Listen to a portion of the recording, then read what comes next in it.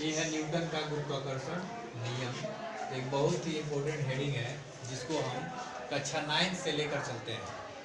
कक्षा 9 में इसको विस्तृत तौर पे बताया गया है और ये चीज़ें आपको फर्स्ट ईयर में मिलेगा और सेकेंड ईयर में इसी नियम का एकदम कई सिमिलरिटी आपको कूलाम्स लॉ मिलेगा। क्या मिलेगा? Coulombs law. इसमें भी दो मास को लेंगे। क्या लेंगे? मास को लेंगे। एग्जाम्पल पर देखिए, एक ए मास, एक ए मास। मास बोले तो वस्तु, मास बोले तो वस्तु m2, ठीक है। और उसके बीच की कुछ डिस्टेंस होगी, इसको हम r से शो करते हैं, ठीक है। Give me 2 pens. Example for देखिए, ये आपको दिखाई दे रहा होगा कि एक ये वस्तु है और एक ये वस्तु है, ठीक है ना। इन दोनों वस्तुओं के बीच में यहाँ पर देख रहे होगे कि डिस्टेंस लगी होगी, आई मीन ये दूरी होगा। क्या होगा? दूरी होगा। तो न्यूटन ने क्या किया, उसने अपना एक सिद्धांत प्रतिपादित किया। उसने बताया कि जो फोर्स लगेगा, आई मीन यहाँ पर m और m2, वह इनके बल के व्युत्क्रमानुपाती होगा, सॉरी अनुक्रमानुपाती होगा, m1 m2। पहला चीज इन्होंने ये कहा कि ब्रह्मांड की समस्त वस्तुएं जो भी आप देख रहे हो, उन दोनों वस्तुओं के बीच में कहीं ना कहीं रिक्त स्थान पाया जाएगा, जिस रिक्त स्थान को हम यहाँ पर अल्पांश डिस्टेंस के नाम से भी जानते हैं। बोलो, सेकेंड ईयर में चीज़ आप पढ़ोगे अल्पांश डिस्टेंस होता क्या है। ये चीज़ें हम यहाँ पर बायो सेवर्ट में भी पढ़ाएंगे आपको जब 12th में जाओगे तब, ठीक है ना।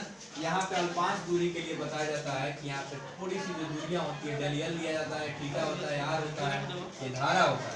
खैर, ये तो 12th की बात हो रही है। यहाँ पे मैं 11th की बात कर रहा हूँ। तो न्यूटन का गुरुत्वाकर्षण नियम यही कहता है कि उसका जो बल होता है वह द्रव्यमान m1 m2 अर्थात उनके द्रव्यमानों के गुणनफल के अनुक्रमानुपाती होता है। अर्थात ये गुणनफल का सिंबल होता है, ये न लगाइए आप, इसको समझा ही जाता है कि इंटू है वहाँ पे। तो उन्होंने क्या कहा कि जो फोर्स होता है वह दोनों द्रव्यमानों के गुणनफल के अनुक्रमानुपाती होता है, अर्थात यह प्रोपोर्शनल टू m1 m2।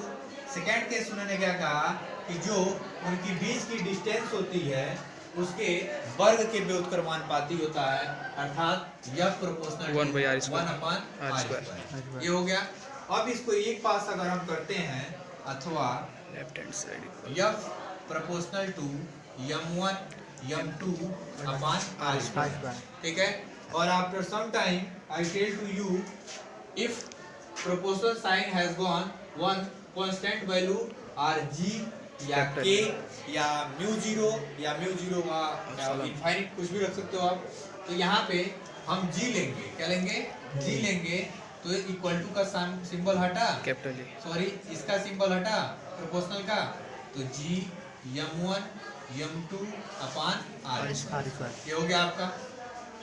ये रिक्वायर्ड आंसर हुआ आपका न्यूटन का गुरुत्वाकर्षण का नियम, जहाँ जी होता है आपका नियतांक, यानी सार्वत्रिक नियतांक होता है, ठीक है ना। और इस जी का मान 6.67 × 10⁻11 होता है और इस जी का मान 9.8 होता है, ठीक है।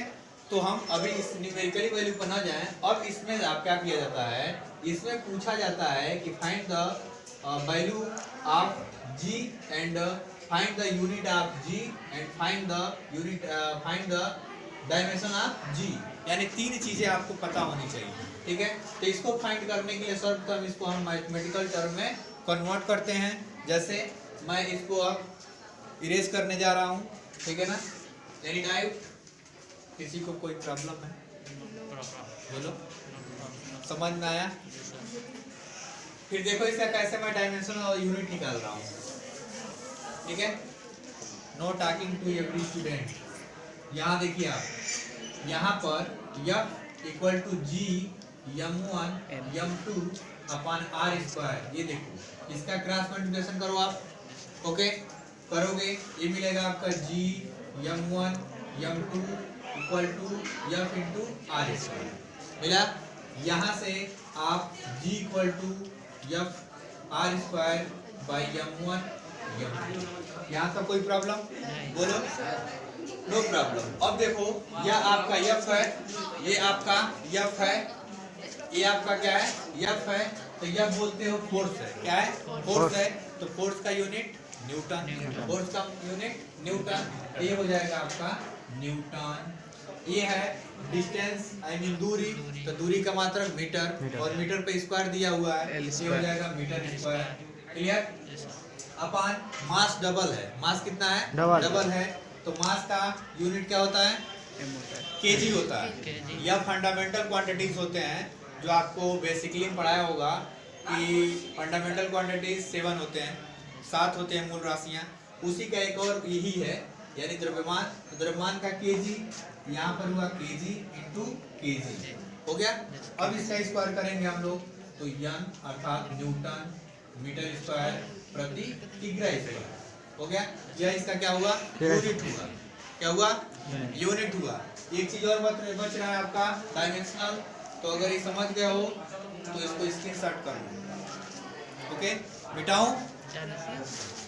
अब देखिए ये समझ में आ गया सबको। अब इसके बाद मैं डायमेंशनल पहुंच रहा हूँ, यहीं से मैं पहुंचूंगा डायमेंशनल। ठीक है, देखिए यहाँ पे यफ का डायमेंशनल आपको पढ़ाया होगा। यफ बराबर यम में होता है, बोलिए यफ बराबर एम में। यम का यम में होगा, त्वरण का यल टी पर -2 होता है, तो ये हो जाएगा आपका यम यल टी पर -2। ये फोर्स का डायमेंशनल हुआ। क्लियर? किसका हुआ? फोर्स का डायमेंशनल हुआ। बचा हमारा दूरी का। तो हमने बताया था आपका दूरी हो, लंबाई हो, चौड़ाई, गहराई, मोटाई, ऊंचाई, विस्थापन, एनीवन कुछ भी हो तो उसका यल होता है। तो इसका हम क्या करेंगे? अब यफ का हो गया यम यल टी पर -2, ये है लंबाई, यल स्क्वायर हो जाएगा। क्लियर? अपान यम है ना, 2 यम है अर्थात 2 मास है, तो इसका भी यम एंड इसका भी यम। क्लियर? यम से एक कट गया एक। क्लियर? इस सम को ऊपर लेके जाओगे तो माइनस पे कन्वर्ट होगा, तो यहाँ हो जाएगा यम पर -1, यल पे 3, क्लियर, और टी पर -2, टी पर -2। ठीक है, बस ये आपका आंसर हुआ। इतनी चीजें आपको बतानी है और ये आपका 4 नंबर का क्वेश्चन कंप्लीट हुआ। अब जाएगा। ठीक है, ओके स्टूडेंट, समझ में आया होगा सभी को। मिलते हैं आपसे नेक्स्ट वीडियो में। बाय।